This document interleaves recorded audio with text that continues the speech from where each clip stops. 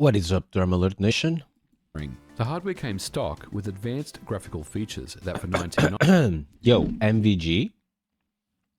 E o vídeo é Timeless Beauty of SNES Graphics. Porquê que eu quis clicar neste vídeo? Porque eu sempre achei que a SNES é a consola que melhor envelheceu. Os jogos ainda hoje eu acho que são mesmo lindos, mas pronto. Enfim. was considered groundbreaking for a home console. And the result would be some visually beautiful looking games that look as striking today as they first did 30 years ago. It's why the hardware is still popular with retro enthusiasts and why Nintendo continues to offer a selection of Super NES games to play on their NSO service. Now, of course, the Super NES was assisted with expansion chips to push various enhancements to games as well. But for this episode, we're mostly going to focus on games without any expansion hardware. Oh. The Super NES supports up to 4 background layers and an object or sprite layer. Background layers can be all scrolled individually, and depending on the various mode that the developer uses for their games, they have access to one or more of these backgrounds. Each mode has its limitations with respect parallax. To the number of colors and the number of background layers it supports. But what is less known about the hardware is how the Super NES handles many of its effects. When we talk about 8 and 16-bit consoles that use tile-based drawing, the final result is a combination of all these layers put together. This is pretty common in 2D tile drawing of the era. However, the Super NES actually has 2 separate screens that these backgrounds and objects can render into. The first is known as main, which is as it sounds. The second is known as sub, which is a secondary screen that will always hold an exact copy of the same image data that's in main. You could think of sub as sort of a render target when we think about modern 3D. So you might be wondering, what is the purpose of the sub screen? Well, it's quite simple. Both main and sub can be enabled or disabled by individual background layers. In other words, the programmer can define which screen a background layer can be rendered into by enabling or disabling each of the background layer bits in these registers. The subscreen can be disabled as well if there's no requirement for it. However, the reason why Nintendo decided with the subscreen is to perform color math calculations between the main screen and the subscreen. Color math is sort of a precursor to what I would consider modern blending in shaders, but keep in mind that it's not exactly the same thing, as the Super NES has no concept of alpha channels. Instead, it uses a 15-bit BGR color format or 5 bits per pixel, with no alpha. So with these 2 screens, and by performing color math between them, it means that effects such as transparency, lighting, shadowing, and masking are all possible, just to name a few. The results are games that look much more animated and interesting. Take for example Donkey Kong Country, one of my favorite games. This lighting effect looks quite sharp, doesn't it? We're talking about a 2D volumetric lighting effect. I remember the first time I saw this effect back in the day, my jaw dropped. What's happening behind the scenes is that the main screen has enabled background layers 1 and 2 and the object layer, while the subscreen has layer 3 enabled to display the simulated blue volumetric light. Then color addition is applied so that the subscreen data is added to the main screen data to show the final result. Color addition is mainly used to simulate rays of light. Another popular example is Chrono Trigger, when at the start of the game, when the curtain opens in Chrono's room, the effect of God rays coming through the windows adds some lighting to the scene. Or this scene from the church, you can see the light rays coming in through the stained glass window and reflecting off the altar. Notice how when Chrono walks through the light, the sprite's color palette is also updated to reflect this lighting change. It's math? Color subtraction is the second color math option, and a fairly popular one. In this scenario, the subscreen data is subtracted from the main screen, and if the result is less than 0, then the value is clamped to 0. A great example of color subtraction is this level in Addams Family's Pugsley's Scavenger Hunt. The main screen contains background layers 1 and 2, and the subscreen contains background layer 3, which is the tiles to draw this large circular area that when subtracted from the main screen will darken the areas outside of it, giving off the illusion of a light source. Another popular example is Torchlight Trouble from the Donkey Kong Country game. The torch areas outside of the rays are much darker. If we look closer, the main screen contains the mask for the torch on background 3, while the sublayer contains backgrounds 1, 2, and 3, including the sprites. But notice that everything appears to have its colors reversed. This is because the Super NES also allows the programmer to subtract from a fixed color, in this instance yellow, and it was most likely programmed this way to darken the entire screen, including all the sprites.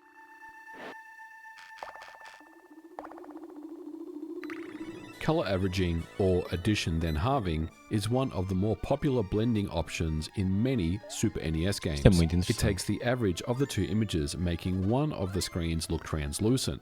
This allows things like water effects, fog, clouds, shadows, and this very popular early scene in Secret of Mana shows the color averaging between screens. But this effect is used in many games, and in many ways, it's part of what makes many Super NES games so distinctive.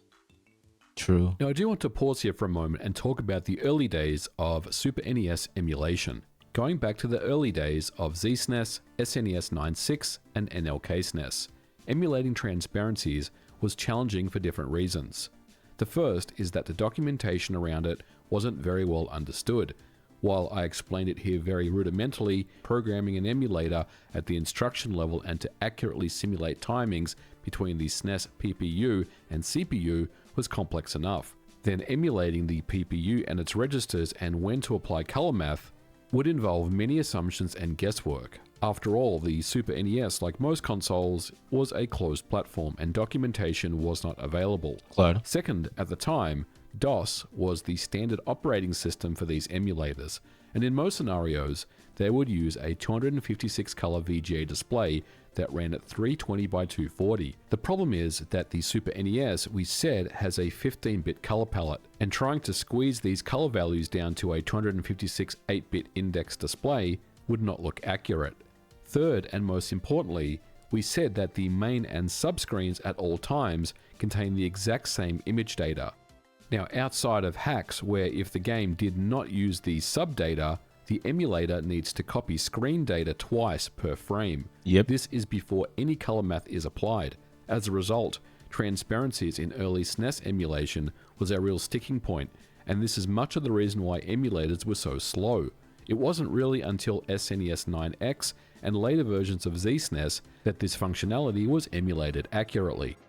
The Super NES also came with masking windows. This is where a window can be placed either in the main or subscreen or both to mask off a portion of any background on the scan line. And then by applying HDMA, they can be adjusted per scan line. This can be combined in various ways to produce some really cool effects. One of the more popular uses of masking windows is in Super Metroid at the early section of the game once Samus retrieves the Morph Ball. But there are many use cases for masking windows that you probably don't even realize. So the cool. Speech dialogue frames used in Chrono Trigger use masking windows to supply Está-me a dar vontade de jogar color Chrono gradient Trigger. inside of it. And one of my favorite uses of masking windows is the crystal ball effect in Pugsley's Scavenger Hunt. Let's take a closer look here. You can see that the main screen contains the entire viewport.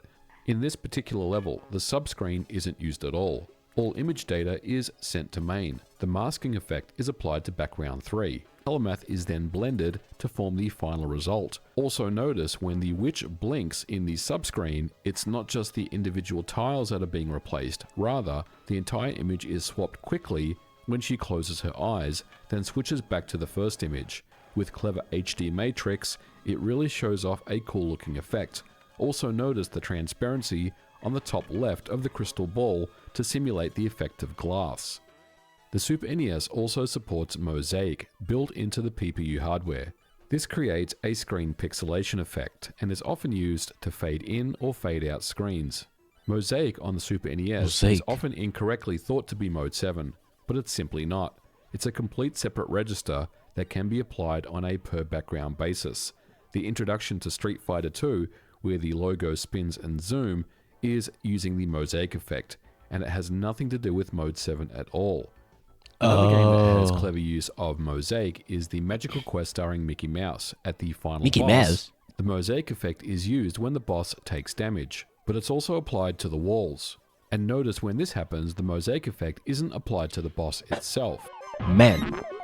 Eu gostava de ter muito mais a dizer, mas isto é mesmo interessante. Estou mesmo só a With levar individual background layer informação scrolling para and dentro. HDMA, it's quite common to see effects Nada para such fora. as parallax scrolling or horizontal scrolling at different offsets. But the Super NES also has a feature what's known as offsets per tile. These offsets per tile can be applied both horizontally and vertically. And because it's at the tile level, it's not as granular as applying horizontal line scrolling via HDMA, but when applied vertically, it can provide some interesting effects, including the simulation of rotation. Now, I did say at the start that we wouldn't be talking about custom chips, but here's Star Fox. On level 1, you can see the background slightly rotate to the left or to the right as the ship banks. Okay. Now, to be clear, this is not using the super effects, which is what I thought it was doing all these years. Instead, Pois, toda a gente. Pois. Vais assumir isso, não é? it's using standard offset per tile vertically, which doesn't require the super effects for its math. Another area Offset I've seen per tile. offsets per tile being done vertically is in Super Turrican 2. When jumping from these large enemy snake-looking things, they angle slightly down. Ok. Okay, so let's talk a little bit about Mode 7, because there is one more trick up the sleeve of the Super NES that we need to cover. As a quick primer, Mode 7 only enables a single background that can have affine transformations applied to it. The classic example of Mode 7 is either Super Mario Kart or the rotating tunnel in Super Castlevania. You can see the background tile set here is static, but the Mode 7 transformations applied with HDMA provide the rotating tunnel effect, and it looks awesome. But what you may not know is that Mode 7 can also enable a secondary background known as EXTBG, which uses the first background's tile sets and color data, but with only 128 colors instead of 256. The upper bit of the color is used as a priority bit. This is because without setting a priority bit, it would be impossible to layer sprites behind a Mode 7 background. But the question is, why would you ever want to layer sprites behind a Mode 7 background? Well, there are a handful of games that do exactly this. If we take a look at the Mode 7 stage on Contra 3, when the main sprite walks into the tunnel, the sprite is hidden behind the Mode 7 layer. This is because the priority bits are set on the tiles around the tunnel to bring the EXTBG tiles in front of the main Mode 7 background tiles. Another example is this boss fight in Super Turrican 2. This is a great example of the use of EXTBG. You can see that the main Turrican sprite is sitting inside the mouth, behind the teeth. Once again, it's giving off the illusion of depth in this scene. As you can see, as the Turrican sprite moves outside of the teeth, the sprite moves back into the foreground. And this is all happening at the same time as the Mode 7 road. Acho mesmo que a Super Nintendo é a consola que melhor envelheceu. Acho mesmo. É sobre a Super Nintendo. And it's for these reasons and more is to why, in my opinion, Super NES games still hold up so well to this day. It's also a good reason why many GBA ports that came originally from the SNES are considered inferior to the originals. Being able to blend it. Que Super Game Boy Advance acho que não tinha a mesma. Acho que nós vimos isto por nossa. Apesar de não sermos programadores, não é? Como miúdos. Nós pegávamos nos jogos que eram da Super Nintendo na Game Boy Advance e era tipo, falta aqui coisas, meu. E eu acho que é isso, é limitações do hardware, não é? Que não tinha... Hardware? Não é só hardware. É hardware e... digo eu, a Game Engine, a própria Game Engine, que na Super Nintendo possibilitava fazer coisas que eles não prepararam na Game Boy Advance. Notava-se. Two separate screens together in unique ways was quite unheard of at the time, not to mention Mode 7 was a massive selling point of what the hardware could do. And with window effects and HDMA, it was the complete package of what a 2D home console should be. All for just $199 at launch. The Super NES was a fantastic piece of kit. But I do hope you enjoyed this episode, and let me know of your favorite Fico contente que ele diga examples of isto, Super NES. porque ele assim dá, não é? alinha-se com aquele que eu sempre senti games e fico contente, that sinto-me still amaze validado. you in 2025. But for now, we're going to leave it here for today's episode. Thank you so much for watching. If you liked it, don't forget to leave me a thumbs up, and I'll catch you guys in the next episode. Bye for now. Bye for now.